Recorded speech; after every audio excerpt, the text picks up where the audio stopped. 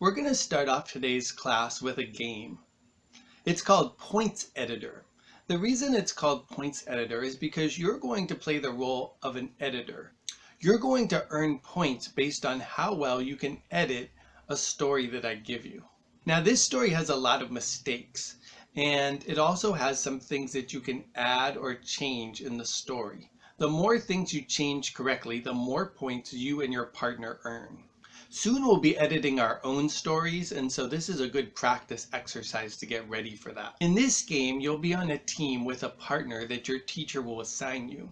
Your team is going to look carefully at the story and make some changes to it. To start off with, there's a lot of little mistakes in the story, like some words are spelled wrong, some words are missing the correct apostrophe, sometimes there's the incorrect punctuation in the sentence. You're going to look to make some changes to the story. You can find up to 10 mistakes, and for each mistake you find, you get a point. So that's 10 possible points right there.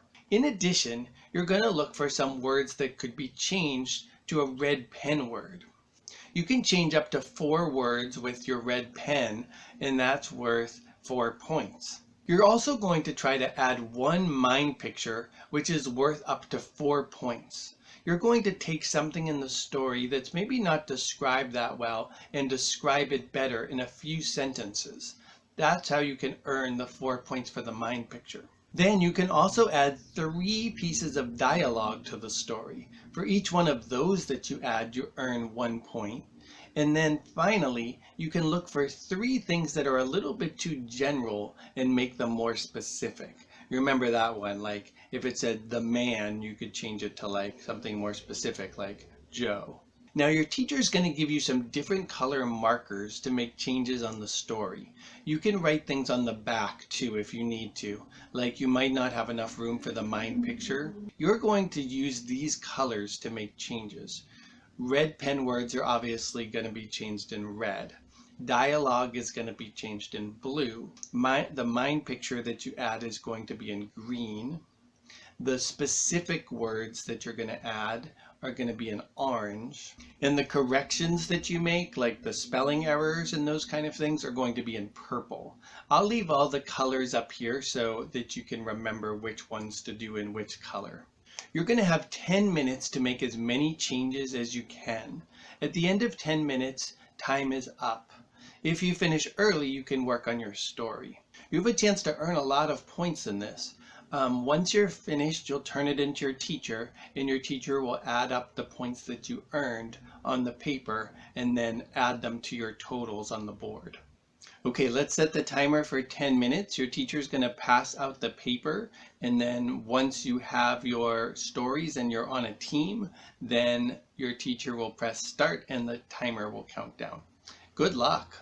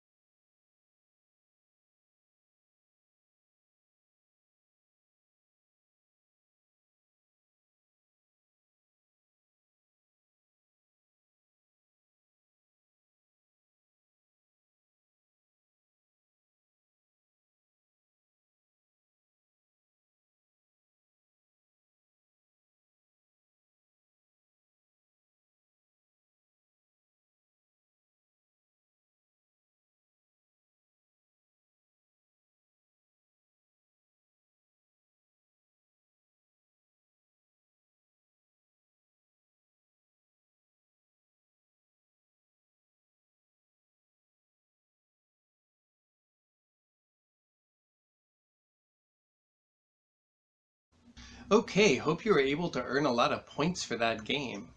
Now, we're going to work on our stories, and I want to talk a little bit about the timing before the rest of the class. Remember that when you're writing your story, you have your planner that has 8 boxes. Now, we have the rest of this class, and we're going to have a little break to finish the story Eli later. But we have the rest of this class, and then we have part of next class to finish. You don't want to be too far ahead and you don't want to be too far behind. Like if you're still on, say, part 2 or part 3 of your planner, then it's probably time to like really work hard and fast today because you want to catch up so that you have time to finish the story next week. If you are like way ahead, that's good. But if you finish early, like you finish at the end of today's class, then your teacher is probably going to ask you to go back and like stretch out a few parts of your story because you want to make sure everything's stretched really well. So we're going to work quite a bit on writing our stories today. Your teacher will be giving out goals again to earn points. Now in the next class, you're not going to have the entire class to finish up your story with writing because you'll have some other things to do. Like we need to leave enough time to do the illustrations of the story, and we need to have enough time to do the cover page, the about the author page, and the dedication page. So I want you to leave at least half of next class to finish all those things. Now, if worse comes to worse and you can't finish your story because you've been doing such a good job stretching out the parts of your story, that's okay. Don't panic. What you can always do is kind of chop off the story wherever you get to, and that can be kind of like a part 1, and then at a later time or at school or maybe at home, you could write part 2 of your story as a sequel. So that's kind of like the worst case scenario if you really can't finish. But let's worry about that in the next class. For now, see if you can try to finish the story the way you originally planned it. Okay, we're going to work for 25 minutes. Your teacher will give you a goal and give points for people who reach the goal. Remember to work hard and stretch out those good parts, and then we'll come back and read the rest of Eli. Okay, let's begin.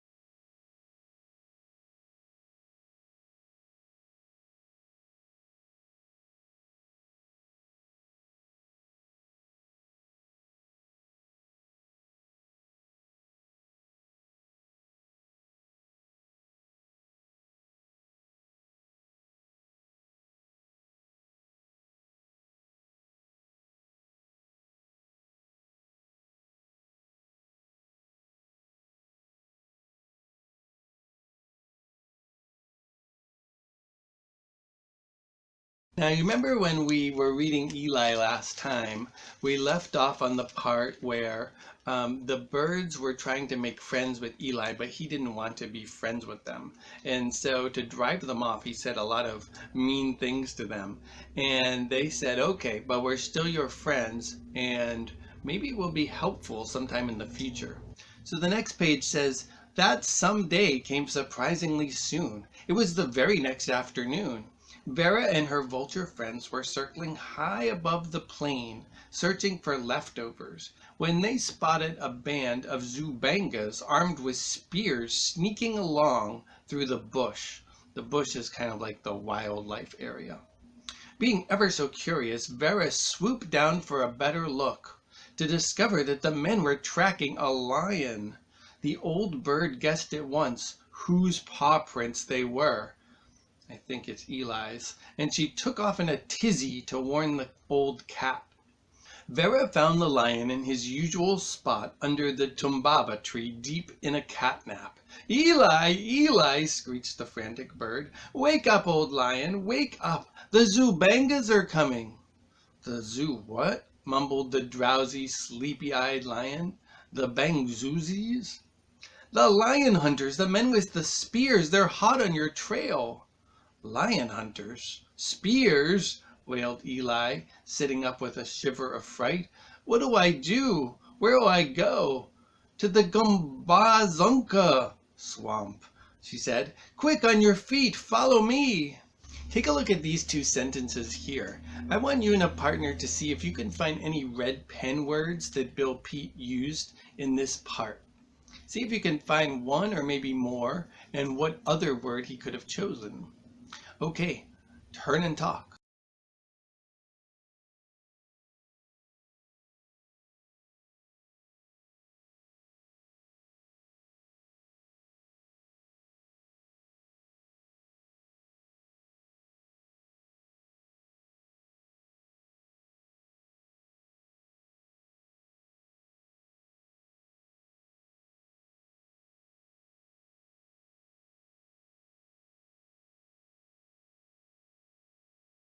So I noticed a couple here. One was that it says wailed Eli. That's another word for cried. So he could have said Eli cried, but instead Bill Pete decided to use that red pen word wailed. You could have also said, like right here, Bill Pete could have said that Eli sat up scared, but instead he said with a shiver of fright, which is a nice way of putting it. You could have also picked red pen words like quick or follow me. So off they went with the frantic vulture fluttering ahead, urging the lion to pick up the pace. Faster, faster, shake your bones, old cat, run scared, lickety-clip. I am running scared, yelled Eli, but I can't lickety-clip. My top speed is lumpety-clumpety. And he kept lumpety-clumping along as fast as his gimpy old legs could carry him. There you go, cried Vera, when they reached the edge of the swamp. Wade out into that soup and scrunch down in the Gungazunk grass. The Zubangas will never look for you there. No lion to look for, groaned Eli, after those clopper-jawed crocodiles finished me off. He's scared of jumping in with the crocodiles there. Oh dear, crocs all over the place. I forgot about those lousy lizards. Now you've got to hide somewhere else, she said. I'm not hiding, Eli muttered under his breath. I'm a lion and I'm going to be brave and act like a lion. All at once the old lion exploded into a great snarling, roaring rage. I'll give them a battle, he bellowed. I'll give them the Zoo-Woosits, or whoever they are, a battle that they'll never forget. And he wheeled around and went roaring off to meet the Zubangas. No, no, screeched the horrified vulture as she came sailing after him. Stop, stop! Don't you dare, you silly old cat! Then, in a flick of the eye, Vera caught up to the rampaging lion and cut loose with such a fierce peck on his snoot, it's another word for nose, that Eli went rocking back on his heels. This is no time to be brave, the bird pleaded. If you put up a fight, you won't last a minute.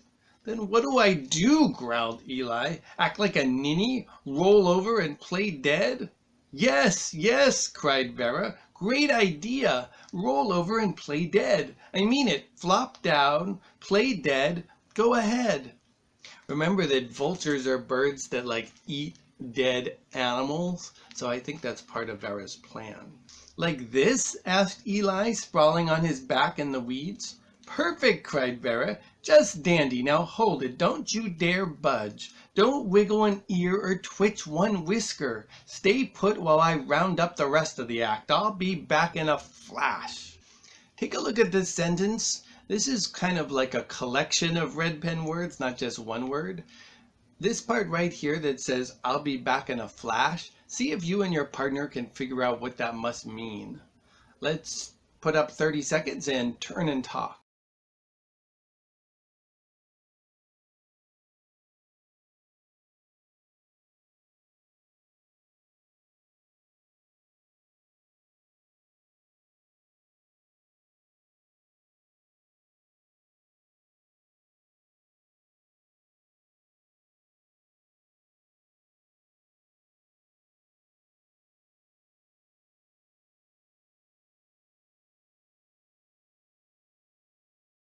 I wonder if anyone guessed that it means I'll be back quickly. Back in a flash is like a phrase that people used to use a long time ago all the time. They don't use it as much now. In a flash, the old vulture was back with her flock of bone-picking friends, and as they came swooping down on the play-acting lion, Vera was shouting instructions. Swarm all over him! Peck, peck, peck! Pitch in, everyone! Make it look real! But don't get too rough.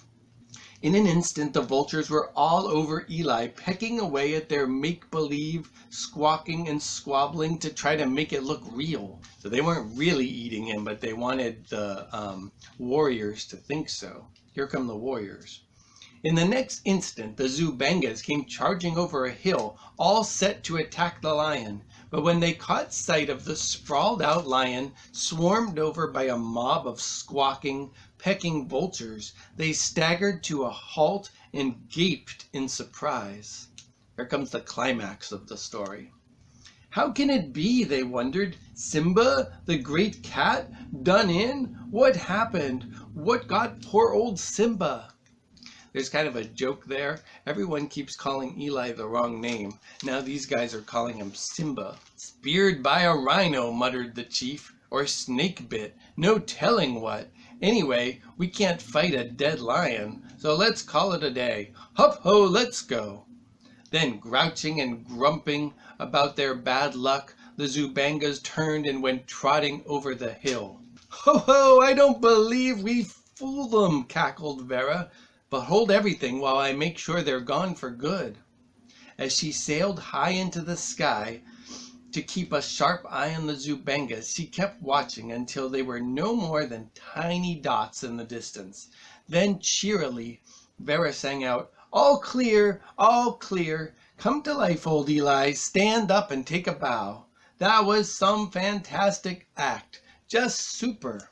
That was no act, said Eli. I was too scared to move. Scared stiff. You birds did all the acting. You even fooled me. For a minute I thought you might peck me to pieces. What a great bunch of fakers. No, no, please, Vera protested. Don't praise us too much or we might become proud. If we ever get too snooty to eat leftovers, we vultures would go hungry. Just treat us with a little respect and be grateful you have so many good friends to count on. Eli was indeed grateful for his fine feathered friends, and when he invited them to come back to roost in his tumbaba tree, they happily accepted. After that, whenever the old lion flopped down for a cat nap, he peered up into the branches to make sure they were there. The old lion discovered that life was not nearly so dreary and lonely with a tree full of friends for company. And even if they were a bunch of old bone pickers, Eli was ever so proud of them. And that's the end of the story, Eli. You'll notice that at the end of this story, there's what I call a whatever happened to everybody ending. That is, the author kind of tells like a little bit in the future, like whatever happened to Eli and the vultures and how they stayed friends and so forth. That's one type of ending that you could decide to use for your story. Before we wrap up Eli, I want you to do one more turn and talk. What lesson do you think Eli learned in this story? Let's take 30 seconds and turn and talk.